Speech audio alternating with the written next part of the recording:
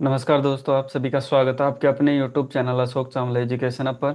दोस्तों, आज हम जिस लेसन प्लान के साथ मिल रहे हैं वो है आईसीटी का लेसन प्लान, यानी सूचना एवं संप्रेषण तकनीकी से आधारित संबंधित पाठ्य योजना के साथ मिल रहे हैं।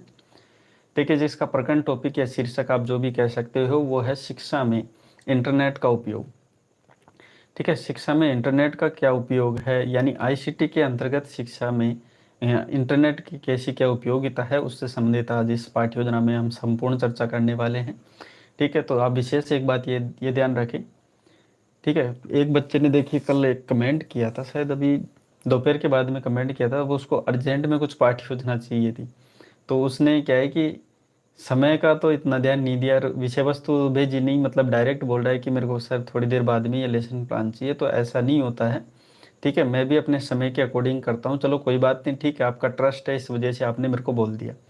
ठीक है, लेकिन कुछ समय तो मेरे को भी चाहिए, तो आप विषय वस्तु अवश्य भेजा करिए। देखिए, मैं पहले भी ये बात बोल चुका हूँ कि आप है ना, डायरेक्ट टॉपिक नाम लिख के ही सब कुछ नहीं हो जाता, आप टॉपिक के साथ विषय भी लिखिए। ठीक है, और उसका ये भी लिखिए कि किस कक्षा के अंतर्गत, और उसकी कुछ विषय वस्तु तो भेजिए ना जिसके अकॉर्डिंग मैं उस पाठ्य योजना को बना सकूँ। तो विशेष ध्यान रखें, जो भी बच्चे को कोई भी लेसन प्लान चाहिए, अगर आप व्हाट्सएप पर करते हो और विषय वस्तु भेजते हैं तो मैं गारंटी लेता हूँ आपको मात्र 12 घंटे या 24 घंटे के अंतर्गत वो लेसन प्लान प्रोवाइड करवा देता हूँ। तो दोस्तों, आज की पाठ्य योजना है आईसीटी पर आधारित और जिसका प्रकरण यानी शीर्षक है शिक्षा में इंटरनेट का उपयोग। तो देखिए, जब भी आप कक्षा के अंतर्गत जब पाठ्य योजना प्रस्तुत करते हो तो सबसे पहले आप विशेष ध्यान रखिए, सबसे पहले आपको ब्लैक बोर्ड पर विद्यालय का नाम लिखना है, कि कक्षा, कालांश, विषय, दिनांक, दिवस, अवधि, ये सभी चीज़ें फॉर्मेलिटी आपको करनी होती है। उसके बाद बात करें अब आईसीटी से संबंधित इसका शीर्षक की, तो विशेष ध्यान रखिए शीर्षक का नाम आपको स्टार्टिंग में नहीं लिखना है। आप ये शीर्षक का नाम ब्लैक बोर्ड पर तब लिखते हो जब प्रस्तावना के बाद उद्देश्य करते हो। आई होप ये चीज़ें सामान्य हो चुकी होगी आपके लिए, या अगर आप लेसन प्लान अब तक बना रहे हो तो ये चीज़ें आपको ईजिली समझ में आ गई, और आई होप ये चीज़ें आपको समझ में भी होनी चाहिए चीज़ें कि कौन सी चीज़ें क्या करनी चाहिए। ठीक है, अगर आप टीचिंग के एरिया में हो, टीचिंग कर रहे हो, तो ये चीज़ें सामान्य बात होनी चाहिए। ठीक है, अगर बात करें सामान्य उद्देश्य की, तो सामान्य उद्देश्य वो उद्देश्य जो होते हैं जो हमारे विषय से संबंधित होते हैं, जैसे छात्रों को आईसीटी के विषय में जानकारी देना, छात्रों को सूचना एवं संप्रेषण तकनीकी विषय में रुचि उत्पन्न करना, एवं छात्रों को तकनीकी शिक्षा के विषय में जानकारी देना, छात्रों को, बच्चों को आधुनिक नवाचारों के विषय में जानकारी देना। ये सामान्य उद्देश्य होते हैं जो हमारे विषय से संबंधित होते हैं। अब बात करते हैं विशिष्ट उद्देश्य की, तो विशिष्ट उद्देश्य वो उद्देश्य होते हैं जो कि हमारे प्रकरण कह लो, टॉपिक कह लो, या फिर शीर्षक कह लो, उससे संबंधित होते हैं। जैसे आज का हमारा शीर्षक है कि शिक्षा में इंटरनेट की क्या उपयोगिता है, क्या उपयोग है वो। तो छात्रों को इंटरनेट से पहले तो परिचित करवाना, इंटरनेट का महत्व बताना, एवं शिक्षा में इंटरनेट को क्या महत्व है वो समझाना। तो ये सभी हमारे क्या हो गए, विशिष्ट उद्देश्य। उसके बाद बात करें शिक्षण सहायक सामग्री, जिसे हम टीचिंग एड भी कह देते हैं या फिर सहायक सामग्री भी कह देते हैं। इसमें क्या होता है, इसमें छात्र अध्यापक द्वारा पाठ्य योजना को प्रस्तुत करते समय या पढ़ाते समय जिन जिन चीज़ों की आवश्यकता महसूस होती है वो सभी चीज़ें, आवश्यक चीज़ें क्या कहलाती हैं, सहायक सामग्री या फिर टीचिंग एड।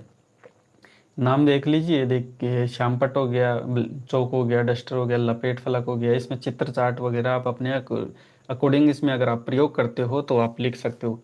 ठीक है, कंप्यूटर वगैरह अगर आप चित्र बनाकर बच्चे को समझा सकते हो इंटरनेट के प्रयोग, तो बहुत अच्छी बात है। ठीक है, पूर्व ज्ञान, पूर्व ज्ञान की अगर बात करें तो जिस विषय को आप पढ़ाने जा रहे हो उससे संबंधित बच्चों का नॉलेज क्या है, उससे पहले, जिसे हम प्रीवियस नॉलेज भी कहते हैं। तो पढ़ने से पूर्व बच्चों का पूर्व में क्या नॉलेज रहा है उस विषय को लेकर वो जानना क्या कहलाता है, पूर्व। जैसे सभी छात्र कंप्यूटर के विषय में सामान्य जानकारी रखते हैं तो छात्र अध्यापक द्वारा अगला कौशलात्मक बिंदु किया जाता है, जिसे अगला सोपान कहते हैं। यदि बात करें तो प्रस्तावना प्रश्न, तो इसमें छात्र अध्यापक द्वारा कुछ प्रश्न किए जाते हैं, बच्चा उनका जवाब देता है। तो देखिए, पहला प्रश्न, बच्चों कुछ इलेक्ट्रॉनिक उपकरणों के नाम बताए, तो बच्चा टीवी, फ्रिज, एसी वगैरह जो भी है उसके माइंड में जो भी है वो बता देगा। कंप्यूटर भी है एक इलेक्ट्रॉनिक आइटम। दूसरा देखिए, कंप्यूटर को हिंदी में क्या कहा जाता है, तो संगणक कहा जाता है, जिसे आप भी पता होगा आपको, आई होप। ठीक है, आज शायद यह चौथा या पांचवा लेसन प्लान है, इस वजह से थोड़ा मुंह सूख रहा है।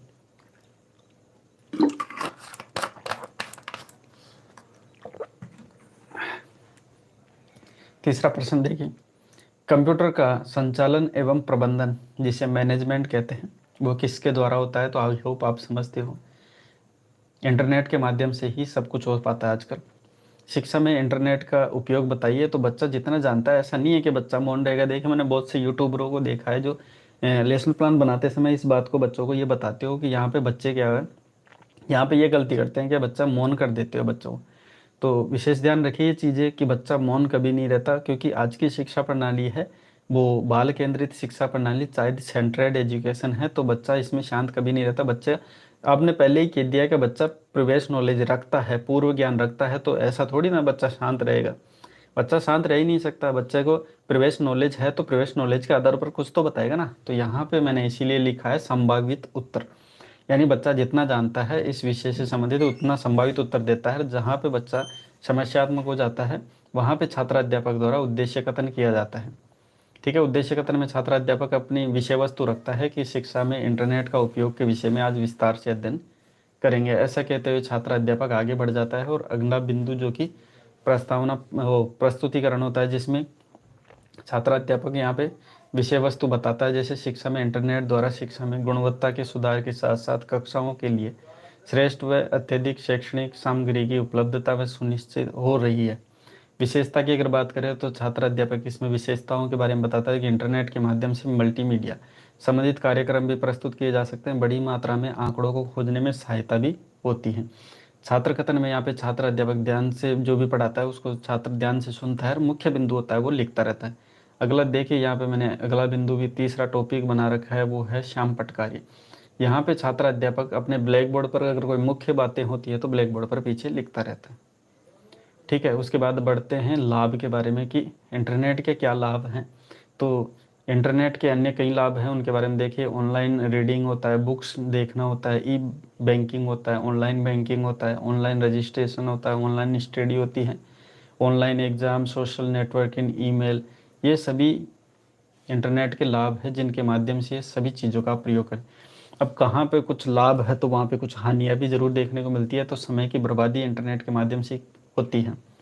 ठीक है, शोषण, अश्लीलता, हिंसक छवि प्रस्तुत होती है। विद्यार्थी ऑनलाइन गेम्स व मनोरंजन गतिविधियों में समय बर्बाद करते हैं।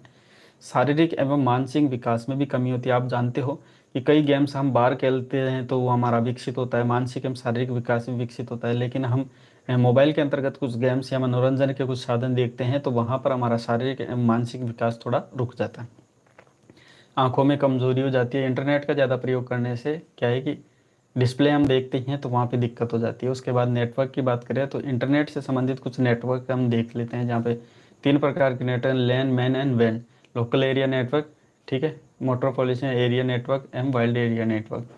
ठीक है, अब ये संपूर्ण विषय वस्तु छात्र अध्यापक द्वारा पढ़ाने के बाद कुछ प्रश्न किए जाते हैं, जिसे मूल्यांकन प्रश्न किए जाते हैं। इसमें छात्र अध्यापक द्वारा मुख्य भूमिका यही होती है कि बच्चे का आकलन करना।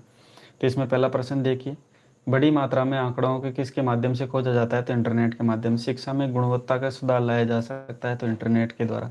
नेटवर्कों की नाम बताइए, तो 3 प्रकार के नेटवर्क, लैन, मैन एंड वैन। ठीक है, शिक्षा में इंटरनेट का लाभ बताइए, तो ऑनलाइन स्टडी, ऑनलाइन एग्जाम।